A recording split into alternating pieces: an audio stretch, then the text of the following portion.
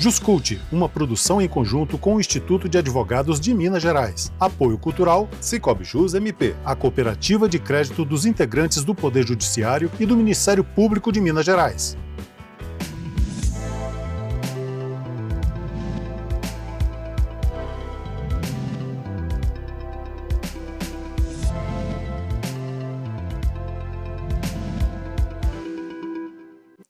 Olá, sejam todos muito bem-vindos ao Cultura Geral. É sempre um prazer fazer o Cultura Geral aqui na TV Banquete, na Rádio Cultura de Curitiba. E a gente, nessa pauta super especial que é o Juscult, essa produção em conjunto da TV Banquete, da Cultura Geral, o Instituto dos Advogados de Minas Gerais, estabelecendo essa parceria que traz a visão jurídica de forma técnica, mas também palpável para as pessoas que nos assistem e também trazendo esse conhecimento para a nossa sociedade. Hoje a gente vai falar sobre direito ambiental. A gente está recebendo a Cristina Nepomuceno. A gente vai tratar desse assunto que é tão importante e tão caro para todos nós com relação às políticas públicas, ao desenvolvimento que a gente vive, a gente precisa de ter um desenvolvimento sustentável muito, muito claro hoje na sociedade. A questão da mobilidade urbana, isso tudo e mais outras coisas, a gente está envolvido nesse cenário. Para além também de outras pautas que estão vindo também para o direito ambiental, mais claro, como direitos animais e tantas outras pautas que estão aí colocadas.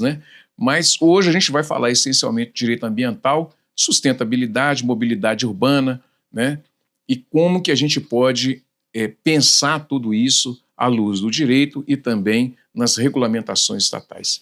Cristina, seja muito bem-vinda. É um prazer... Cristiano, desculpa. É um prazer te receber aqui no Juscult, que é essa parceria super bacana, super legal, junto com o Instituto dos Advogados de Minas Gerais. E ainda tem uma particularidade, que é a mãe de um grande amigo nosso aqui da televisão, que é o João Rafael, um grande amigo nosso também. E o Jarbas, que é esposa do Jarbas, do grande Jarbas, que tanto contribuiu também para nosso estado. Seja muito bem-vindo, é um prazer te receber. Viu? Eu que agradeço de estar aqui no programa, podendo contribuir. E um prazer meu estar aqui e vamos ver o que a gente pode ajudar com pequenas informações. Cristiano, quando a gente pensa em direito ambiental, e pensando também no Instituto dos Advogados de Minas Gerais, que é um instituto que promove, de fato, o conhecimento, de certa forma, mais intelectualizado à luz do direito, trazer o direito ambiental para essa roda de conversa é muito importante. Como é que a gente pode pensar o direito ambiental hoje? A gente pode pensar o direito ambiental hoje incluindo a gente, porque todo mundo pensava o direito ambiental, ele longe, e a gente assim, sem estar incluído nele. E hoje tá lá, ele está lá e a gente está aqui, longe. E a gente vê o seguinte, que a gente hoje, nós estamos sofrendo tudo aquilo que foi feito, toda a modernidade, todo o desmatamento, todas as queimadas, tudo isso a gente está sofrendo hoje. Com essas temperaturas, ora muito frias, ora muito quentes. Eu falo que a gente sente na pele hoje o que a gente não sentia antes. Porque nós plantamos lá atrás, Porque o direito ambiental ele começou na década de 70, com aquele movimento, o pessoal estudando justamente para essa proteção ambiental. Mas não quer dizer que você vai proteger e ele não vai mexer, ele vai ficar ali sem mexer. Não, a gente, o ser humano vai desenvolvendo, vai crescendo e você vai alinhando esse crescimento com o meio ambiente, que seria a sustentabilidade, que alinha a população, crescimento e meio ambiente. Então tem que alinhar os três nesse tripé e a partir daí a gente vai crescendo juntos. Nós temos uma dificuldade de pensar políticas públicas que interajam entre si. E eu acho que o mundo está caminhando para essa ideia de ecossistema, a gente tentar entender e interagir como se fôssemos um ecossistema mesmo. Então não tem como você ter uma solução em Nova Lima, que não perpassa, por exemplo, por Belo Horizonte, Contagem, Betim, Raposo e Riacima. O direito ambiental, ele se propõe a ser esse elo também de ligação de ecossistema e ligando todas essas áreas, todas essas regiões, por exemplo, ou interligando as cidades com suas soluções sustentáveis. Como é que a gente pode pensar isso também? Justamente, ele não é um direito parado, ele é um direito transfronteiriço. Então, assim, o direito de Nova Lima vai afetar o direito de Belo Horizonte, que vai afetar o direito de Contagem, que vai afetar o direito de Minas, de São Paulo, do Rio, vai afetar, né? Ele vai passando sem fronteiras. E aí a gente tem que analisar isso como um todo, e que a gente participa desse todo. Então, antes você ficava muito no direito ambiental, na questão de licenciamento, na questão de mineração e tal. E essa questão de gestão pública, eu até trago, né, nos artigos que eu escrevo, justamente isso, a responsabilidade no gestor, né, em relação a esse aumento, né, de CO2 na atmosfera, porque quando você tem muito trânsito e muito movimento de carro, e ele não vê essa mobilidade urbana, ele, de certo modo, estaria contribuindo, então, para esse aumento de CO2, desse aumento das mudanças climáticas, que afeta todo mundo. A mobilidade urbana seria o grande problema hoje das grandes cidades? Eu acho que a mobilidade urbana é o problema de tudo, né? Ela causa, na saúde mental, é um problema que lança CO2 na atmosfera, é um problema de muito carro, então você tem que partir para essa coisa de carros elétricos, porque você vai lançar menos CO2 na atmosfera, porque se lançando mais CO2 na atmosfera, o tempo esquenta, esquentando você liga mais ar-condicionado, ligando mais ar-condicionado afeta as energias, às vezes não tem usina solar suficiente, que seria uma usina renovável, limpa, você vai ligar as energias térmicas, aí reflete na conta de luz, então é um ciclo, assim, vicioso e um ciclo caro para todos nós. Você acha que a população, de uma forma geral, ela vem se conscientizando para isso? Porque, por exemplo, quando a gente pensa em sociedade, você pensa numa boa parte da população nossa que mora nas periferias, que estão preocupados ali em sobreviver de alguma forma e ter serviços públicos de qualidade, né? Eu lembro que uma das pautas do Ministério Público muito forte, né? Em detrimento até da atuação do Jarbas, era da questão da mobilidade urbana, inclusive da melhoria do transporte público também. Esse contexto todo que a gente vê, por exemplo, de transporte público deficitário,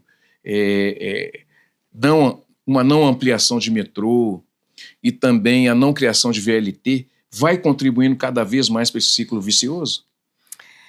Eu acho que a população ela só vai entender a partir do momento que ela foi educada para isso. E eu falo que o direito ambiental, essa conscientização do meio ambiente, você vai ter só com a educação ambiental. A partir do momento que essa educação ambiental fosse implantada, você vai ter maior conscientização, né? Justamente para não viver esse ciclo vicioso. E realmente, uma cidade sem condições de mobilidade é uma cidade completamente ultrapassada. É uma cidade não sustentável. Porque como é que você vai viver hoje numa cidade que não tem transportes públicos suficientes para uma população que só aumenta? A população só aumenta. E a população precisa se locomover. Como que ela vai se locomover se você não tem metrô suficiente? Se você não tem ônibus suficiente, se não tem VLT suficiente, então dá aquele congestionamento horrível de carros que afeta, inclusive, no trabalho, porque você perde ali no trânsito 1 hora e meia. Uma coisa que, assim, é um tempo jogado fora. E tempo hoje, né, levando em conta o capitalismo que a gente vive, o tempo é dinheiro. Como você vai fazer ali? Aí você vai ficar no telefone, não vai prestar atenção no trânsito. Então, é um caos. Nós estamos diante... Quando a gente fala assim, a gente vai trazendo outros elementos, mas talvez aí está o maior desafio hoje dos gestores públicos, hoje, essa questão da mobilidade urbana? No meu caso, eu acho um desafio, porque ali na mobilidade urbana você está trazendo o quê? Você fica parado, tem hora que eu penso assim, eu moro no Vila da Serra, eu acho que na hora que todos os prédios ali estiverem prontos, vai ser um momento que você não vai sair de casa. Vai todo mundo ir para a rua e vai ficar parado. E como é que vai fazer? Então tem que construir viaduto, tem que construir túneis, porque senão, ou então colocar transporte público suficiente. Porque como que a gente vai fazer? A gente não pode andar de bicicleta porque vem um assaltante, te rouba a bicicleta. Se você for andar a pé, não é viável, porque Belo Horizonte, o relevo é de montanha, então como é que a gente subir, descer de salto para trabalhar? Não compensa. Então ele tem que resolver a mobilidade, porque tudo fica mais ágil. Porque a gente perde um dia, se eu tiver uma reunião na cidade administrativa, é um dia, eu vou perder a tarde, porque eu vou ter reunião e volto, acabou o dia. E eu vou perder aqui a metade do dia indo e voltando. As questões de desmatamento. Como que a gente regulamenta ou pensa no desmatamento? Nós temos problemas, por exemplo, quando você desmata, você tem problemas de não absorção de CO2, e você vai. É outro ciclo vicioso também. Como é que a gente pensa isso em termos de Estado, né? Um Estado que tem mais de 800 municípios e uma imensidão de montanhas e matas que são maravilhosas, mas são desafiadoras também, porque você precisa de proteger essas matas ou então ter algum tipo de exploração sustentável. Cristiano. É justamente, igual eu falei, eu acho que passa também pela educação ambiental. A partir do momento que você se conscientiza que aquela vida na mata, né, que ali a gente falou que aqui é um ecossistema. No ecossistema está prevista ali a parte da flora e a parte da fauna. Então é todo um conjunto que tem ali, fora os cursos d'água. Então, se você começa a desmatar ali e acha que aquilo seria bom, então você está realmente por fora do que seria uma educação ambiental favorável. Então, você tem que ter essa educação para não desmatar e não colocar fogo. Agora, o Estado ele precisa se equipar mais, né? Porque o Estado também é deficitário nessa questão dos fiscais. Porque como vai fiscalizar um Estado grande como o nosso? Né? Um Estado cheio de matas como o nosso. Hoje, né, a gente está localizado numa região de Mata Atlântica e Cerrado. E hoje, por sinal, é dia do Cerrado. Dia 11 de novembro é o dia do Cerrado. Esses gargalos que a gente tem, e o direito ambiental, né? Como a engenharia ambiental também. A engenharia ambiental, eu lembro que tinha discussões homéricas, né, dos engenheiros civis, que falavam assim, estão dividindo a engenharia em vários campos. Mas eu acho isso muito importante, assim, se dividir naquilo que pode, para que você consiga aprofundar esses entendimentos. A engenharia ambiental, junto com o direito ambiental, seria, vamos colocar a partir da década de 80, a primeira política pública, de fato, que se preocupou em cuidar dessa pauta, trazer essa pauta e colocar ela, e até hoje é um desafio colocá-las em prática, porque criou-se um estigma de quem está no direito ambiental ou quem está na engenharia ambiental é contra, às vezes, o desenvolvimento, quando eu imagino que seja o contrário. Vamos fazer o desenvolvimento, mas de forma sustentável, para que a gente não consiga, para que a gente não tenha, aliás, lá na frente, um problema ambiental maior e a gente sofra com isso. Essas estruturas que são colocadas, né, de ensino e de aprendizado, é necessário que a gente transporte ela também para os ensinos inferiores também ao ensino superior? Na verdade, quando fala eu acho que o direito ambiental ele é amplo e ele vai pegar várias áreas, que não seria só direito e engenharia. Eu venho da biologia também. Então, a gente tem, eu acho que para um direito ambiental você tem que ter o biólogo, o geólogo, às vezes até a engenharia, e o pessoal da arqueologia, o pessoal da paleontologia, tudo isso é amplo para ajudar nessa questão ambiental. Porque ele não pode ser um direito limitado só às questões jurídicas, porque quem está ali ele não consegue vislumbrar o que seria uma região de cerrado, quais animais que habitam ali, quais animais que estão na região de caatinga. Então, cada área tem sua peculiaridade. E o que eu vejo na prática é que, às vezes, a prevenção sempre, né, é melhor do que tudo, porque para justamente evitar algum dano lá na frente. E um empreendedor, às vezes, ele contrata um parecer de um engenheiro ambiental. E o engenheiro ambiental, o parecer dele bem diferente de um advogado ambiental. Então, às vezes, eu acho que ele vai fazer um recurso e o engenheiro, como ele vem da matemática, a matemática é muito ali 2, 2, 4, é muito assim... Muito reto, né? É, muito reto. E no direito, um advogado, ele vai ter mais amplitude, né? Para ele fazer uma defesa certa, para fazer um parecer mais certo, porque ele vai pegar várias jurisprudências, doutrina, legislação, então ele pode alinhar ao direito, ao parecer de um engenheiro ambiental, mas eu acho que não pode ficar exclusivo a um parecer de um direito ambiental, porque para não ficar uma resposta muito seca, Sim. que eu vejo, mas eu acho que todas as áreas conversam, né? Não só essa, mas todas as áreas conversam. E trazer isso para as escolas secundárias, também primárias, também é fundamental, Cristiane? Eu acho que a gente tem que começar na educação básica ali, né? E agora nas escolas assim primárias, a gente pode ter uma iniciativa, né, dali de ensinar aqui que educação ambiental e tal, mas aí você vai definir lá na frente, lá em cima na graduação, né? Qual a área que seria. Mas eu acho fundamental começar com um estudo bem do prézinho. Não colocar fogo, não matar animal, não jogar lixo na rua.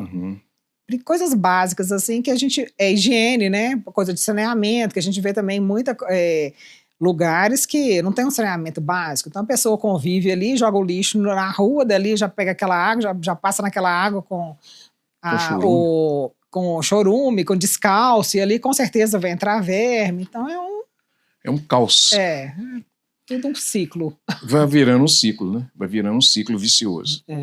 E produção de conhecimento nesse campo, Cristiane? No caso dos artigos que precisam ser produzidos, que eu acho que apesar de começar nos anos 70, é um ramo do direito que ainda se reinventa todo ano, né? Porque todo ano também, o tempo todo, a natureza se transforma. As questões de especulação imobiliária amplia cada vez mais, né? Nós tínhamos aí 70 milhões de pessoas, né? 90 milhões de pessoas até a década de 70. Hoje nós temos quase que 3 vezes mais, né? O número de pessoas no Brasil e tudo. Então ele se reinventa ao longo do tempo. Aliás, ele precisa se reinventar ao longo do tempo, né? Como é que você vê tudo isso? Eu acho que só tem benefícios essa questão da reinvenção, né? Porque o direito não é estanque. O direito ele vai se movimentando todo dia. Então, um direito que a gente estuda na faculdade não é um direito que a gente vive, não é o meu direito que eu vivo hoje. Eu, na faculdade, não tive a matéria do direito ambiental, não tive. Mas como eu já tinha vindo da biologia, então quis unir e estudar isso depois. E o direito, ele vai criando, né, por jurisprudências, né, por julgamentos, e ali vai se fazendo um direito. E no caso do direito ambiental, ele foi ampliando, então hoje a gente tem as mudanças climáticas, que já está virando, tipo assim, um direito à parte do direito ambiental, já está tendo essa coisa de litigância climática que a gente não via antes, e hoje a gente já está vendo casos de litigância climática. A gente já tem o direito dos animais, que é um direito específico para tratar os direitos dos animais. A gente já tem o direito de energia, que já saiu ali do direito ambiental, já outro específico já para um direito à parte. Então, tem vários direitos, né, que estão sendo criados a partir daquele núcleo ali central. São vários que vão despregando e vão supor, vida própria. A gente estava falando até um pouco antes sobre combustíveis fósseis, né? E essa questão dos carros elétricos e dos veículos elétricos, seja bicicleta, motocicleta, tem caminhões já também. Então, o futuro está aí nos elétricos? Pois é, minha dissertação de mestrado foi sobre isso, sabe? Energia solar, eu falo dessas baterias, porque elas têm também um tempo, né? As baterias 10 elétricas, anos, né? Elas têm, de 25 a 30 anos que elas têm esse tempo. Só que na hora do desmantelamento daquela usina solar, daquele carro, né, com aquela bateria elétrica, o que você vai fazer com aquele material que está ali, naquela composição? Tipo lítio, né? Porque o lítio... ele vai trazer ele traz a sílica também, eles vão trazer alguma doença para o organismo humano. Então tem que ter um cuidado desse desmantelamento. E às vezes fazer também na hora de desmantelar, fazer um recurso, um seguro tal, para não causar danos na população, ao solo, né, para ele voltar e ser reaproveitado de novo. E o futuro, eu acho, por exemplo, na questão ambiental do CO2, o carro elétrico ele tem que ganhar mais autonomia e ser mais barato também, né, para atingir um nível máximo da população. Só que, como eu falo, a gente tem uma mobilidade urbana péssima, vários carros na rua. E aí, você usando o veículo elétrico, ele carrega na bateria. Só que, com excesso de carro na rua, os carros elétricos são menores do que os outros a combustível usados pelos combustíveis. Ele lança CO2 na atmosfera, você vai carregar. Na hora que você carrega, a conta de luz ela vem muito alta. Então, ele tem que baratear tanto o custo do carro quanto da conta de luz. Porque ele barateando, ele não vai lançar CO2 na atmosfera, não vai esquentar o clima e não vai também aumentar a conta que a gente paga, né, usando as térmicas, que as térmicas também elas são usinas também que elas trazem essa... Não é uma energia renovável. Uhum. Ainda tem esse problema, né? Porque você vai usar energia, mas ela também não é renovável, né? Pois é. Bom, gente, um minutinho só. A gente vai sair, vai para o intervalo daqui a... A gente vai agora para o intervalo, a gente está aqui no Cultura Geral e também no Juscult, na TV Banquete na Rádio Cultura de Curitiba. E a gente vai para o intervalo, é um minutinho só, não saia daí. Daqui a pouquinho a gente volta falando de direito ambiental aqui na TV Banquete na Rádio Cultura de Curitiba, conversando com a doutora Cristiana Nepomuceno, falando sobre energias renováveis, sustentabilidade e direito ambiental. Um minutinho só.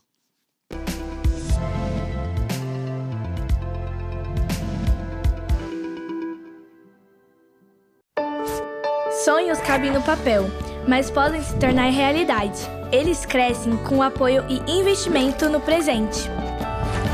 Educação para todos é o que inspira a LBV a buscar um futuro melhor para milhares de crianças e adolescentes. Acredite nesses sonhos, apoie suas realizações. Quando a LBV ligar, diga sim! Uai, cadê o preço da gasolina? O preço deve estar na entrada do posto e na bomba. O Código de Defesa do Consumidor prevê o direito à informação sobre preços de produtos e serviços. Não mostrar o preço é uma prática abusiva. Para a denúncia, ligue 127 e faça valer o seu direito. Ministério Público de Minas Gerais. Em todo lugar, ao seu lado. Você é um consumidor consciente de seus direitos e de seus deveres. Saber comprar é o primeiro passo para consumir com consciência. Conhecer os direitos do consumidor é essencial para as duas partes, consumidor e fornecedor. O PROCON realiza várias atividades de educação para o consumo, como palestras, cursos, capacitação, etc. Além disso, participa de debates, entrevistas e campanhas sociais. Para a formação de um consumidor e fornecedor consciente, a educação para o consumo deve começar desde cedo. Por isso, o PROCON pode implementar projetos destinados a crianças e adolescentes. PROCON, seu aliado sempre.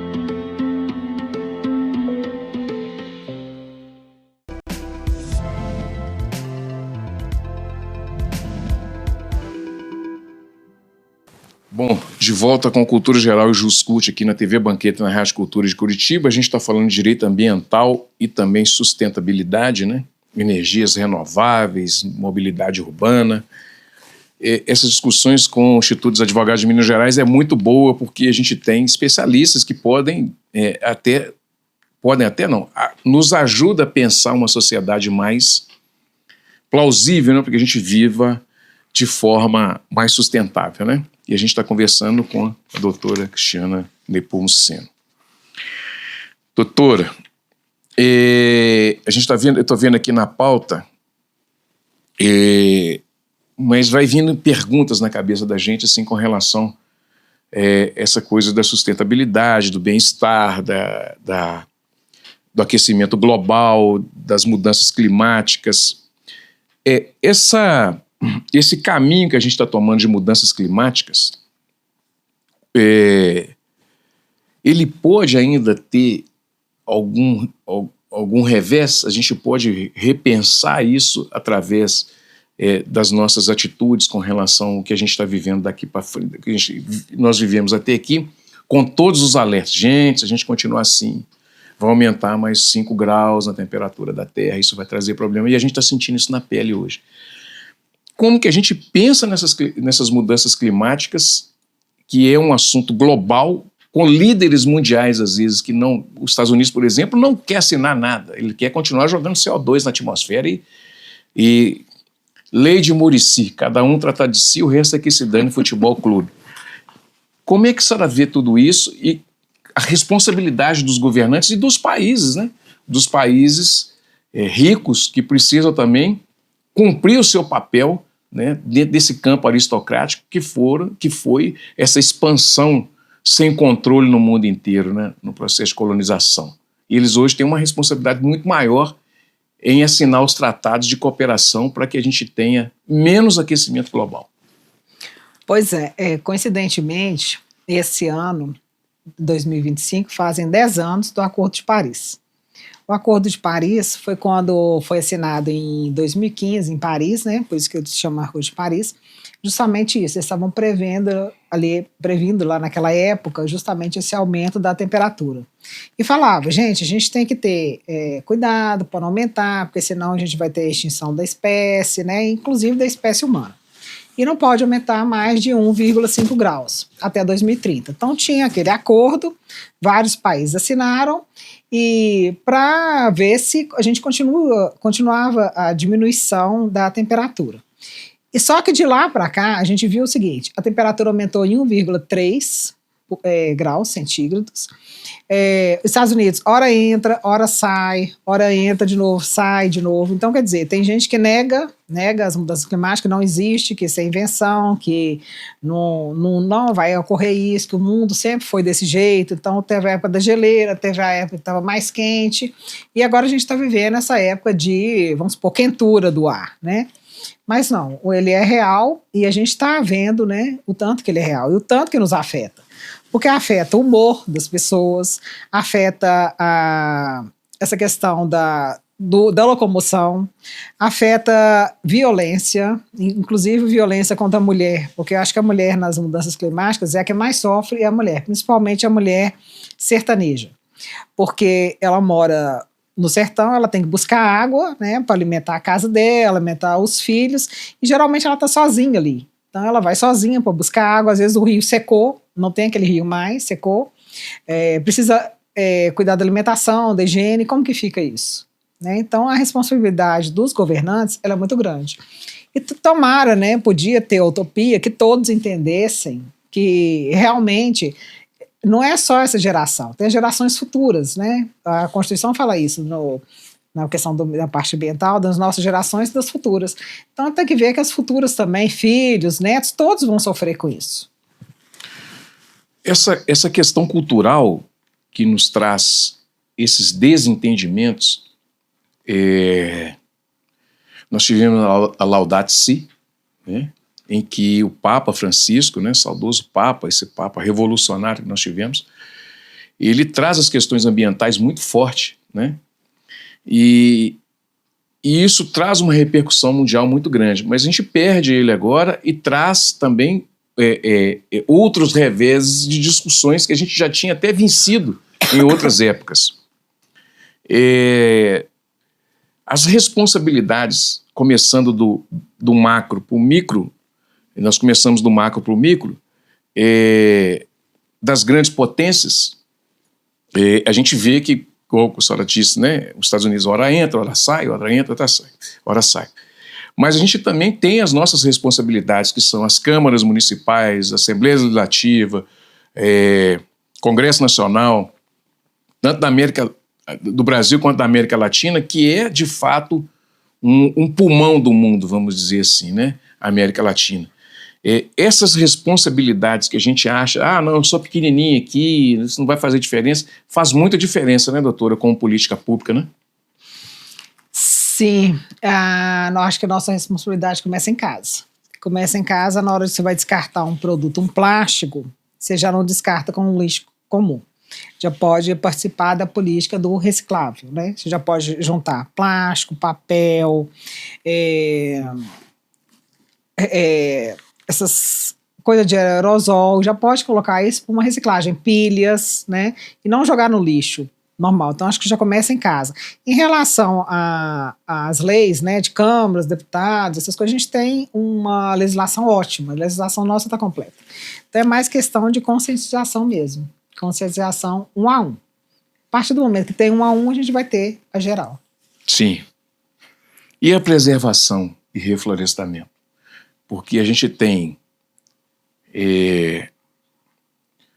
500 anos nós ficamos aí, no Brasil, num processo de desenvolvimento de pelo menos 400 anos, né? E nesse processo de desenvolvimento nós destruímos muitas florestas também. Minas de carvão, minas de ouro que usava carvão, essas coisas para esquentar caldeiras, né, para derretimento de minério, essas coisas todas, e beneficiamento de produtos, de insumos. Essa preocupação de repensar o reflorestamento é muito importante para todos nós? A gente tem até agora a lei de pagamentos ambientais, né? É aquele assim, que se a pessoa, você pode ganhar dinheiro preservando uma parte de uma reserva dentro de uma fazenda, dentro de uma área que você tiver. Tanto que veio no final do ano, a gente teve a lei do mercado de carbono, que é justamente isso, você fazer a compensação, né, por manter ali e vender o carbono. Que então agora já é uma nova conscientização em relação à preservação. O poder público pode entrar com essa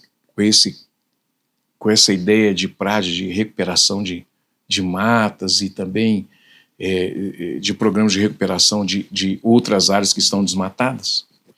A gente vê já programas, né, incentivos do governo em relação a isso. A gente já tem, o estado de Minas mesmo já tem alguma questão em relação a essa prática contra as mudanças climáticas, né, tem a questão, o Belo Horizonte tem já a lei, e o estado de Minas tem também, então todos já preocupados com essa linha dessas mudanças climáticas. Cristiane, outra coisa que eu queria te perguntar, que estava assim, que eu pergunto para todo mundo aqui, quando vem aqui, principalmente agora, que antes a gente discutia a digitalização da vida nossa, de todas as pessoas. Mas a gente tem agora um fenômeno novo, que é a inteligência artificial. A gente pode pensar que a inteligência artificial também vai ser uma grande parceira do direito ambiental no que diz respeito à preservação, à construção de materiais intelectuais e materiais de monitoramento e etc. para o direito ambiental, para as questões ambientais também? Pois é, a inteligência artificial veio para ficar, né? E só que a gente não pode ficar totalmente dependente dela. Porque eu acho que a inteligência do homem ainda é maior do que a inteligência artificial. E eu mesmo às vezes consulto, né, a inteligência artificial tal, para ela me dar algumas ideias. Mas você não pode ficar refém dela total, né, para isso. E ela, se eu sabendo utilizar, é lógico que ela vai te dar várias ideias boas. Só que a gente tem que usar a nossa inteligência nas ideias da inteligência artificial. Eu conversei com o Alexandre Ateniense aqui, foi ao ar semana passada o programa dele, e nós falamos muito disso, que ele é um entusiasta, né, e um trabalhador da inteligência artificial, inclusive nos processos, né, que ele trabalha, com as buscas e com as diretrizes, né, que ele às vezes vai buscar uma sentença numa outra, ou num acórdão. Mas essa ideia, por exemplo, de buscar esse tipo de ferramenta não pode de forma alguma substituir a capacidade intelectual humana, porque ele trabalha com aquilo que você coloca lá dentro de inteligência, né? E ela é artificial, né? Então você continua tendo que ter conteúdo, né? Sim, a gente tem que colocar as ideias, né? Peço chat GPT, né, que ele me dê as ideias, mas aí você tem que conferir para ver se o que ele está falando realmente bate com aquilo que é real. Outro dia mesmo eu fui escrever um artigo sobre deficientes, e aí ele me deu uma ideia que teria na Constituição e não teria. Então eu questionei, e aí do momento ele me deu a ideia certa. Mas eu acho que a inteligência artificial, sendo bem usada, ela é muito bem-vinda. Para o direito ficou muito bom, né? Assim, porque quem tá no direito, se tiver uma boa aplicação, vai ser muito bom.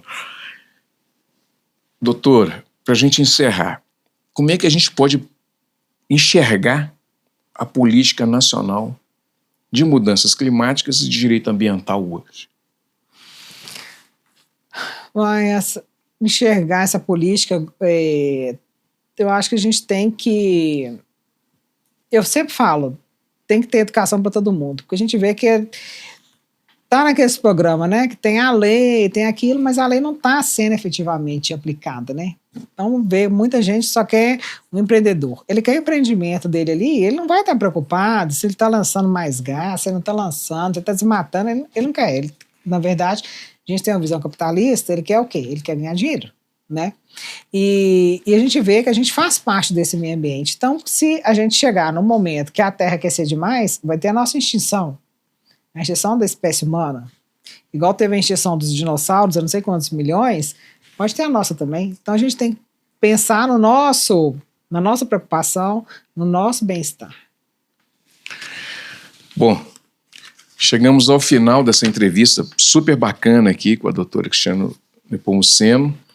Esse programa aqui é um programa inovador, né? Trazendo o direito para próximo das pessoas de fato, né? Sem aquela visão assim mais engessada do direito, né?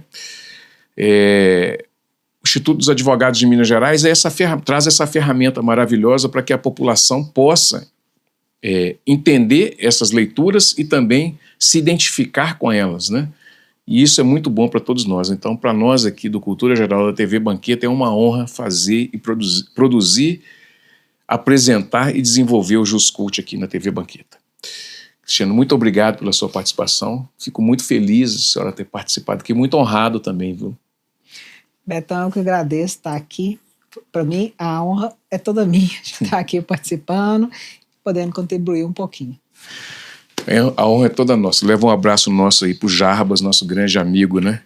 De todas as horas. Eu também sou servidor público, andei muito com ele ali. Bom, gente, chegamos ao final do TV Banqueta aqui, do JusCult aqui na TV Banqueta e na Rádio Cultura de Curitiba. Um beijo no coração de todos e voltaremos amanhã, se Deus quiser, com mais um programa super especial aqui na TV Banqueta e na Rádio Cultura de Curitiba.